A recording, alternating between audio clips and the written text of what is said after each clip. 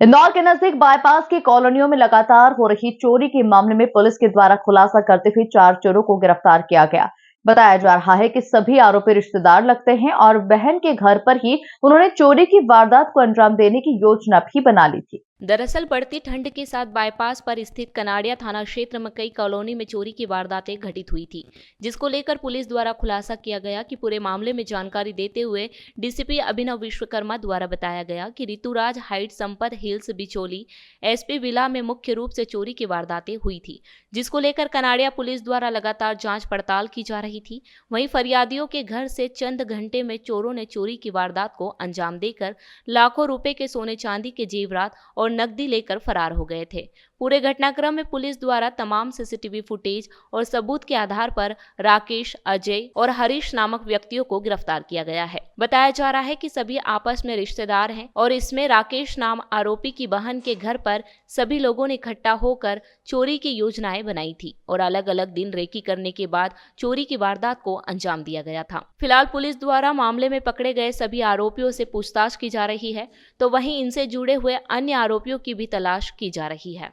देखिए, कनाड़िया थाना क्षेत्र में जो बाईपास के आसपास में बहुत सारी रेजिडेंशियल एरियाज़ हैं, जहां पर कुछ समय से लगातार चोरी की सूचनाएं प्राप्त हो रही थी।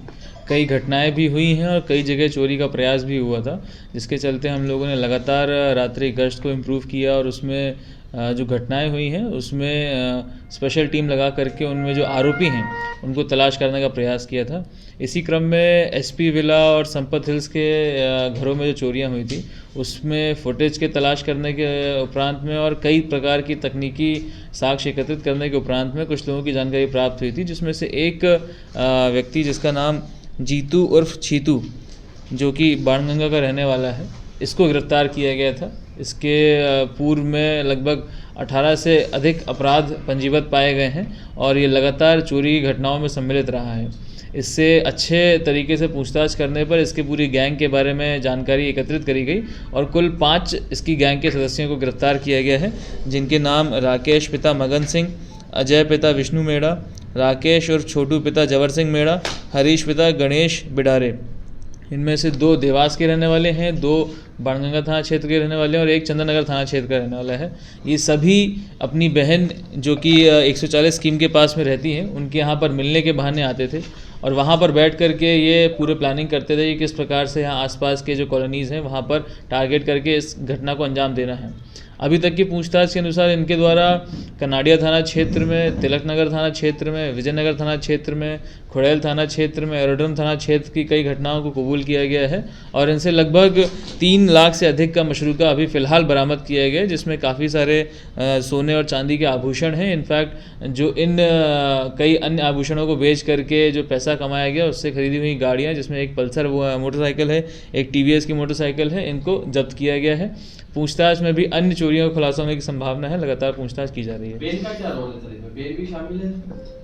बहन के घर में ये आकर के पूरी प्लानिंग किया करते थे, वहाँ पर बैठ के ये लोग बात करते थे। बहन को पता था सर ये चोरी की प्लानिंग हो रही नहीं हो रही है, सब कुछ बात है? अभी इस संबंध में पूछताछ उनसे भी की जा रही है। उसके संबंध में तथ्य अगर प्राप्त किए जाएंगे तो उसके अनुसार उन पर वैधानिक कार्रवाई की जाएगी। सर पकड़े गए आरोपियों के क्या आपराधिक रिकॉर्ड था सर कि जिसमें रिश्तेदार ही मिलकर चोरी कर रहे थे सर?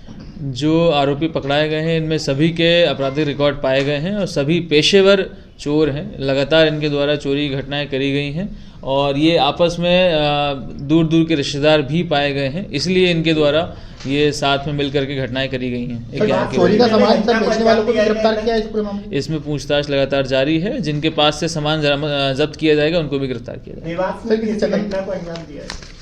अभी जैसा कि मैंने बताया कि इससे इन सभी से पूछताछ लगातार जारी है। कुछ अन्य मामले के खुलासे होने की संभावनाएं हैं, उसमें अगर आएंगे साक्ष्य तो उसके अनुसार वैधानिक कार्रवाई की जाएगी।